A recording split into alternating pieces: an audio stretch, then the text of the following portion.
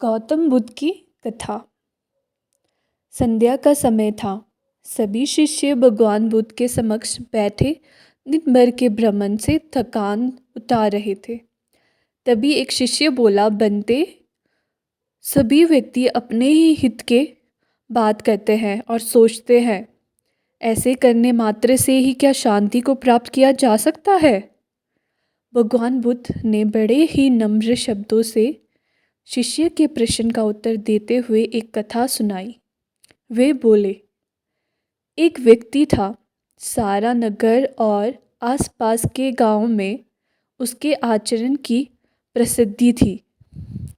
जिस ओर वो जाता, लोगों के सिर आदर के साथ झुक जाया करते थे। चारों ओर श्रद्धा और स्तुति का सिवाय लोगों के मन में उसके लिए और कुछ नहीं था। सारा शहर अपने को धन्य मानता था कि ऐसा व्यक्ति उनके शहर में निवास करता है। भगवान के दूत शाम को जब उनके सामने अपनी अनुभूति प्रस्तुत करते तो भगवान को उस व्यक्ति के कार्यकलापों से बड़ी प्रसन्नता होती थी। वे उस व्यक्ति को मुंह मांगा वरदान देने के लिए वर्षों से उत्सुक थे।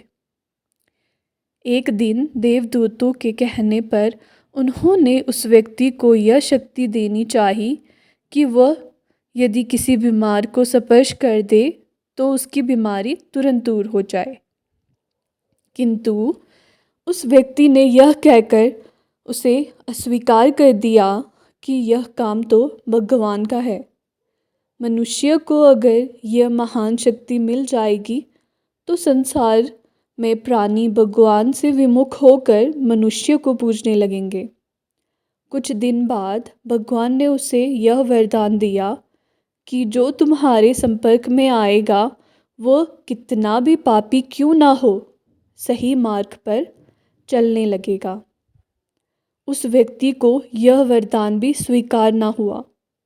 उसने कहा कि यह काम तो अवतारों और पैगंबरों का है। तब भगवान ने कहा कि मैं तुम्हें अपनी सारी ईश्वरीय सत्ता देता हूँ, उसे स्वीकार करो और मुझे असमंजस से मुक्त करो।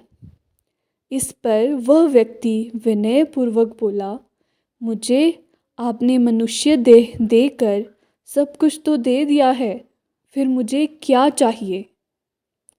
यदि आपको कुछ दिए बिना संतुष्टि नहीं मिलती तो कृपया मुझे यह दे दीजिए कि मेरे द्वारा सबका हित होता रहे और मुझे इसका ज्ञान भी ना रहे।